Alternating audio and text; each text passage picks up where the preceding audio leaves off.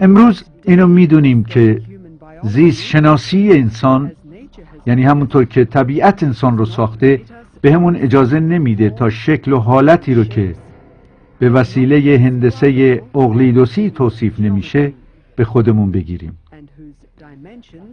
یعنی ابعاد انسان که بیش از 4 تاست نمیشه.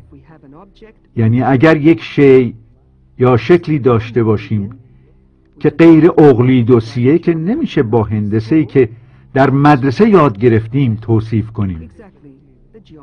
یعنی ارتفاع، عرض و عمق. دقیقاً همون هندسه اقلیدوسیه و اگر ابعاد بیش از 3 تا باشه نمیتونیم اونو ببینیم. درسته. یعنی اشیاء واقعی در اطرافمون خواهد بود.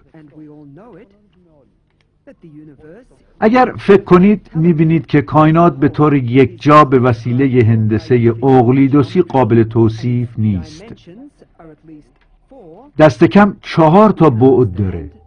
پس میشه فهمید شکل و حالتی که در کائنات تشکیل شده گمراه کننده نمیشن. میتونین برامون شرح بدین که این 4 تا بعد کدومن؟ طول، عرض، ارتفاع و زمانه. اون چرا که ما در فضا و فرضیه نسبیت اینشتین به عنوان زمان میشناسیم اصلا ربطی به زمانی که ساعت نشون میده یا در تقویم ها میبینیم نداره.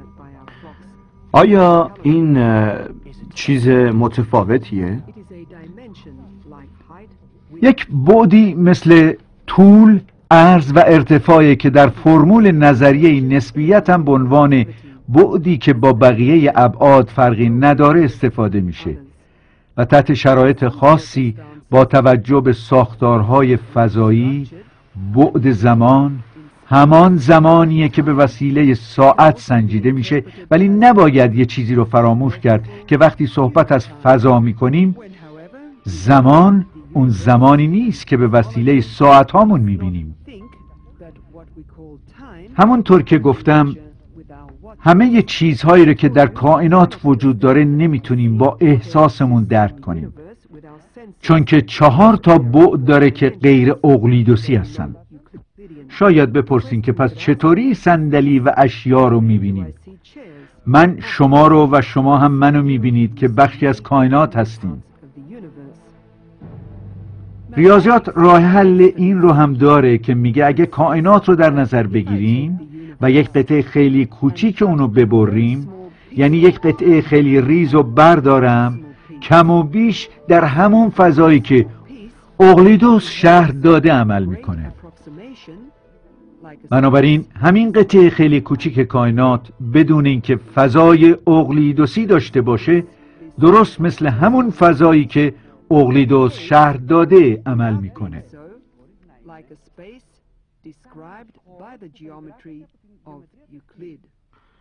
به عبارت دیگه یک فضای قابل درک. دقیقاً با یک مثال دیگه بهتون نشون میدم. هممون میدونیم که ماده از ماهیت تشکیل شده. اتم ها از الکترون، پروتون و نوترون تشکیل شدن. در ضمن الکترون، پروتون و نوترون هم از چیزهای کوچکتر که ذره نام داره تشکیل شدن که در شکل نهاییشون هستن و دیگه از اون ریزتر نیست. یه نوع موجه. حالا دقیقاً گوش بدید. حواس انسان 3 تا نقطه ضعف داره. اول به چشم نگاه میکنیم که همه شعاعهای نوری یا طول موجها رو نمیبینه. همونطور که فیزیکدانها هم میگن نمیتونیم فرابنفش رو ببینیم، شعاعهای نوری رو که به اون جزء کوچیکی که وجود داره مربوط میشه میبینیم. دوم اینکه 2 تا شیء رو که در یک فاصله معین قرار میگیرن نمیتونه تشخیص بده و اون دو رو به صورت یکی میبینیم. اگه 2 تا آتش روی کوه باشه و از اون دور بشیم اونها رو یکی میبینیم.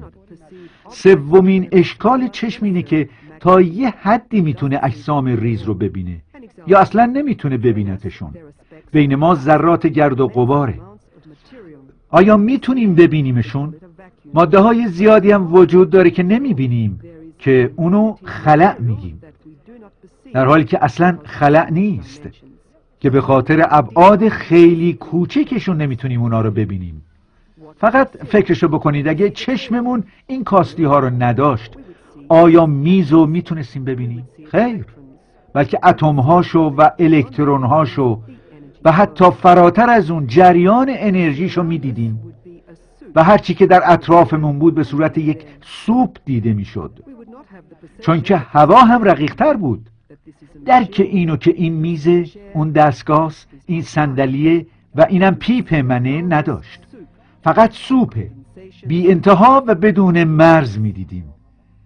چشم من تراکم ها و غیر تراکم ها رو میگیره و به صورت یک شیء و رنگ تعبیر میکنه.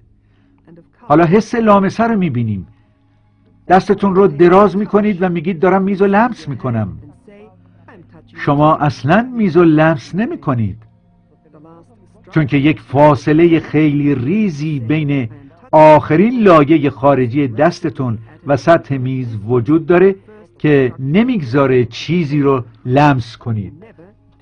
یعنی هیچ تماسی وجود نداره؟ خیر. در اطراف ذراتی که میز رو تشکیل میدن جریان انرژی وجود داره و در اطراف ذرات دست من نیروهای دفع کننده وجود داره. بنابراین زمانی که این ذرات رو کنار هم میگذارن دفع میکنند. عصبها هم این دفع کردن رو به مغز انسان میبرن و اونو به چیزی که بهش تماس میگیم تبدیل میکنن. پیامی که به مغز میرسه یه توهمه. البته که یک توهمه. اگر این عصبها رو نداشتم چیزی هم دریافت نمی کردم. این نشون میده که همه چیز در کائنات با چیزهای کناریش ارتباط برقرار میکنه. به عبارت دیگه ما دو تا شی که به هم مربوط نیستیم. ما به وسیله بی‌نهایت ماده‌ای که نمیبینیم به هم ارتباط داریم.